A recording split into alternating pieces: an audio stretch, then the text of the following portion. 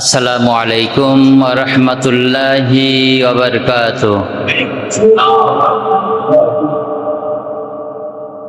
ইন্নাল হামদালিল্লাহিল কারামিল্লাযী খালাকাল ইনসানা ওয়া কাররামাহু ওয়া 'allamahu মিনাল বায়ানি মা لما يعلم فسبحان الذي لا يحصى امتلاله باللسان ولا بالقلم ونشهد أن لا إله إلا الله وحده لا شريك له ونشهد أن سيدنا وحبيبنا ومولانا محمدا عبده ورسوله الذي أرسله بالحق بشيرا ونذيرا وداعيا إلى الله بإذنه وسراجا منيرا فقد قال الله تعالى في كلامه المجيد والفرقانه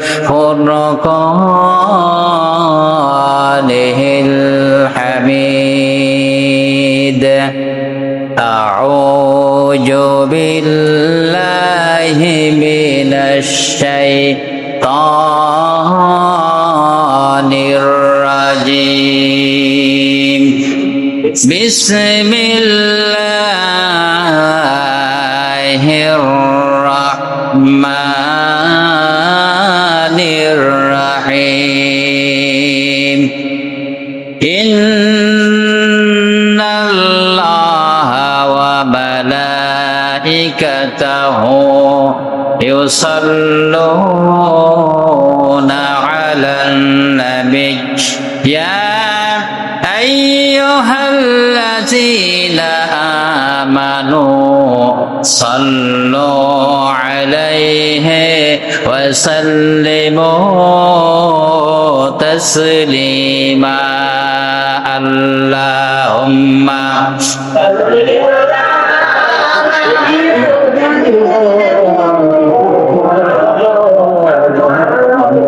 وعلى آل سيدنا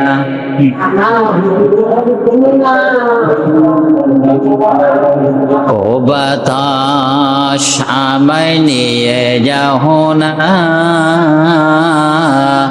যেথায় শুয়ে আছেন নূরে মদিনা। সবাই পড়েন, ও আল্লাহ আমায় নিয়ে যাও না যেথায় শুয়ে আছেন নূরে মদিনা। কি যাওয়ার ইচ্ছা আছে না? সবাই নিয়ত আছে না? তাহলে আমরা সবাই বলি, ও আল্লাহ আমায় নিয়ে যাও না যেথায় শুয়ে আছেন নূরে মদিনা। ও আল্লাহ আমায় নিয়ে যাও না যেথায় শুয়ে আছেন নূরে মদিনা। যে নবীর প্রেমে মন ঠেকে না, যে নবীর প্রেমে মন ঠেকে না সেথায় আমায় নিয়ে যাও না। ও আল্লাহ আমায় নিয়ে যাও না যেথায় শুয়ে আছেন নূরে মদিনা। ও আল্লাহ আমায় নিয়ে যাও না যেথায় শুয়ে আছেন নূরে মদিনা। জোরে বলেন আল্লাহুম্মা আমিন। আরো জোরে বলি আমিন। আল্লাহুম্মা সাল্লি আলা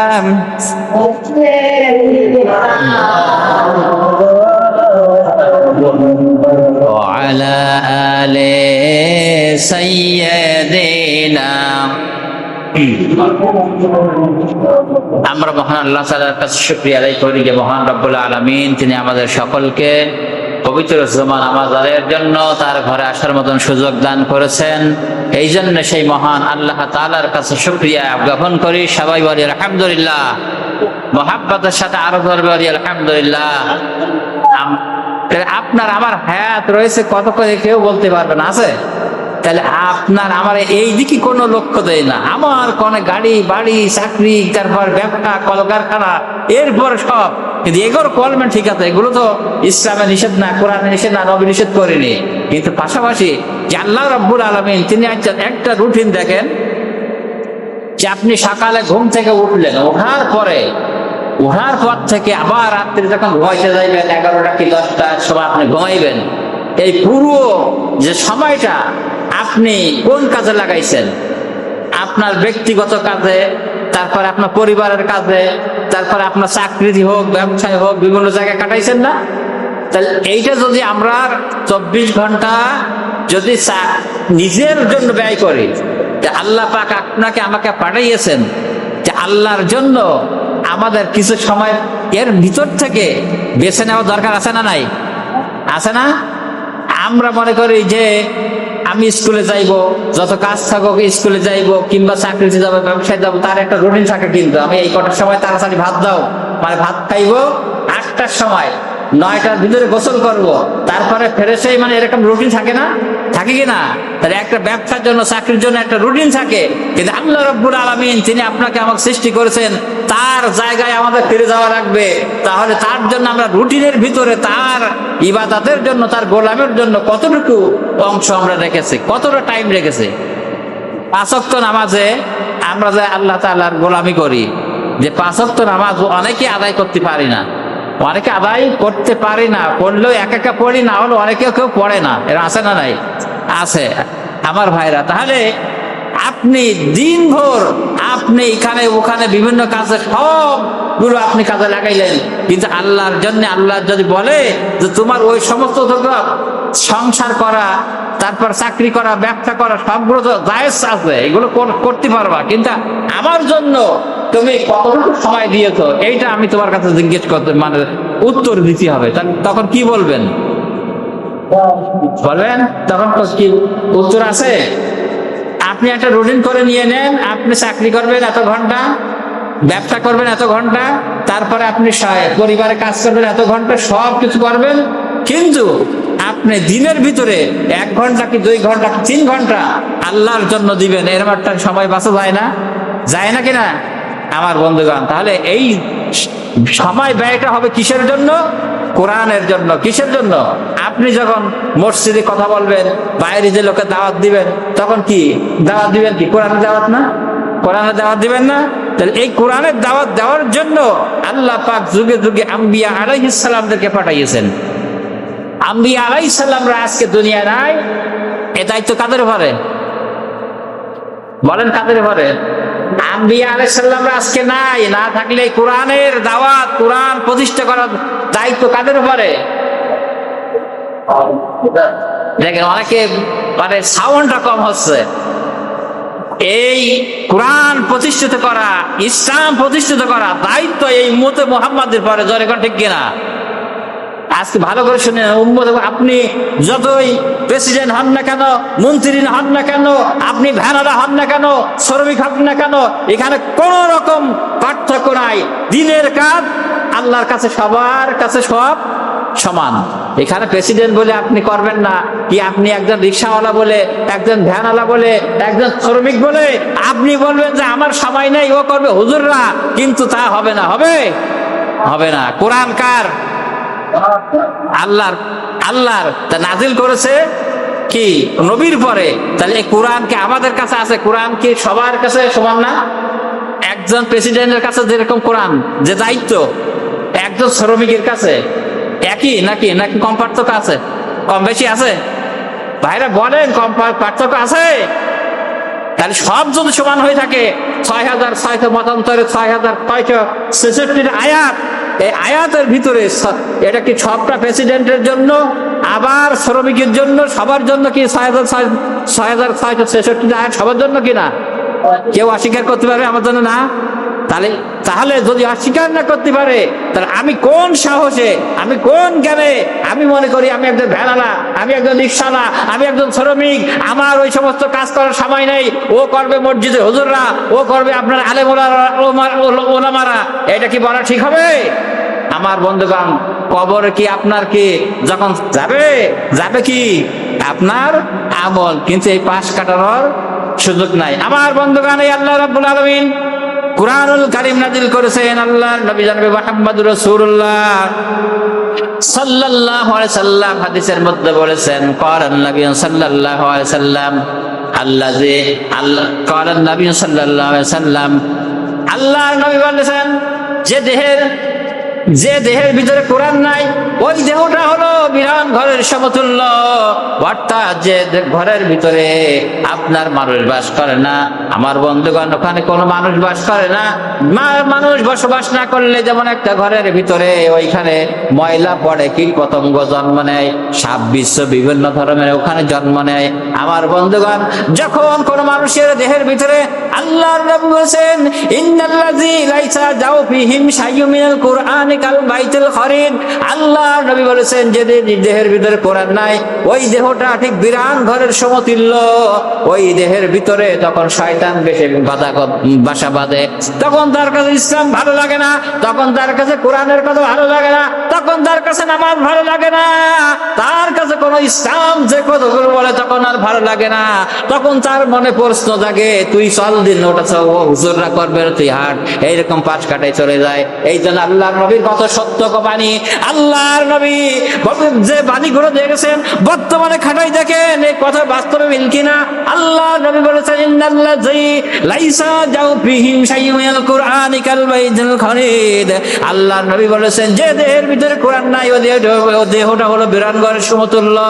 অর্থাৎ যে ঘরের ভিতরে মানুষ বাস করে না, তাহলে ওই ঘরের ভিতরে বাস করে আপনার জিন ভূত বাস করে, তেলাপোকা কিংবা বিভিন্ন ধরনের কীট পতঙ্গ বাস করে না। তাহলে আল্লাহর নবীর কথা কত সত্য, যে দেহের ভিতরে কোরআন নাই, আল্লাহর নবী বলেছেন ওই ব্যক্তির কাছে ইসলাম ভালো লাগবে না, কোরআন ভালো লাগবে না, তখন ইসলামের বিরোধিতা করবে, কোরআনের বিরোধিতা করবে, কত যুক্তি খাটাবে, যে এই যুক্তি খাটাই এ পাশ কাটাই আড়াই চলে যাবে। আমার বন্ধুরা, এই জন্য কোরআন শিক্ষার দরকার আছে না নাই? কোরআন জানার প্রয়োজন আছে না নাই? আজকের আমি যদি এখানে বসে জিজ্ঞেস করে, মুরব্বী রয়েছে, কারো বয়স রয়েছে 80, 90, 60, 70 বছর বয়স রয়েছে, যদি যা বলে জিজ্ঞেস করি কোরআন জানেন কয়জন, মনে হাত বেশি উঠবে না। কিন্তু আমার বন্ধুগণ, আমি আপনাদের কাছে আহ্বান জানাতে চাই, আপনার বয়স 80 বছর হয়ে গেছে, 90 বছর হয়ে গেছে, এখনো যদি কোরআন না জানেন, তাহলে এই কোরআন আপনার কিন্তু মরণের পরে শাফাআত করবে। আমার বন্ধুগণ, একজন মানুষকে যখন কবরে রাখা হবে, ওই কোরআন এসে তার কিন্তু ফেরেশতার কাছে ওই জবাবদিহি করবে। ফেরেশতারা ওই কোরআন বলবে, এই ব্যক্তিকে যতক্ষণ পর্যন্ত জান্নাতের সুসংবাদ না দেওয়া হবে, এই ব্যক্তিকে আমি এই পাশ থেকে যাইব না। আমার বন্ধুগণ, তাহলে কোরআনের সঙ্গে আপনার সম্পর্ক থাকলো না, কোরআনের সঙ্গে আমার সম্পর্ক থাকলো না। আপনি মরণের পরে, আপনি যখন মৃত্যুবরণ করবেন, তখন ছেলেরা মাদ্রাসার হুজুর কাছে চলে যাবে, যে হেফজখানা থেকে 500 ছাত্র পাঠাই দেন, মরে গেছে, মরে যাওয়ার পরে মাথার কাছে পার কাছে পড়ে কোরআন তেলাওয়াত করে না, আছে না নাই? আপনাদের দিকে আছে না নাই? আমার বন্ধুগণ, এই যে মরা ব্যক্তি কোরআন শুনলে কোন লাভ আছে? বলেন, মরা ব্যক্তি কোরআন শরীফ কোন লাভ আছে? যখন শোনার দরকার ছিল, জীবিত থাকা অবস্থায় দরকার ছিল, তখন সন্তানরা 500 টাকা খরচ করে নাই বাপের পিছনে। যে বাপ কোরআন জানে না, আমি একটা হুজুর রেখে দেই মাসে 500 টাকা করে। কিংবা আপনার ইনকাম ছিল, আপনার ব্যবসা ছিল, চাকরি ছিল, আপনি ইচ্ছা করতে পারেন নাই যে আমার চাকরির টাকা থেকে মাসে 500 টাকা খরচ করে আমি কোরআন পড়া শিখবো। আমার বন্ধুগণ, এটা যখন হয় নাই, আপনি মরার পরে দোকানের পাশ যে 5টা ছাত্র কেন তাম দুনিয়ার ছাত্র এনে যদি আপনার মাথার কাছে বসানো হয় কোনো লাভ হবে না, লাভ হবে না। হবে কিনা? জোরে বলেন, হবে কিনা? হ্যাঁ হবে। এই কোরআন আপনি দুনিয়ায় থাকাকালীন মানলেন না, পড়লেন না, আর মরার পরে কোরআন কি আপনার পক্ষে সুপারিশ করবে? আমার ভাই, আমার বন্ধুগণ, এই জন্য নবী পাক সাল্লাল্লাহু আলাইহি সাল্লাম কোরআন দ্বারা চরিত্র গঠন করেছে, আর তাদের উম্মত হয়ে আমাদেরকে কিন্তু কোরআন দ্বারা চরিত্র গঠন করতে হবে।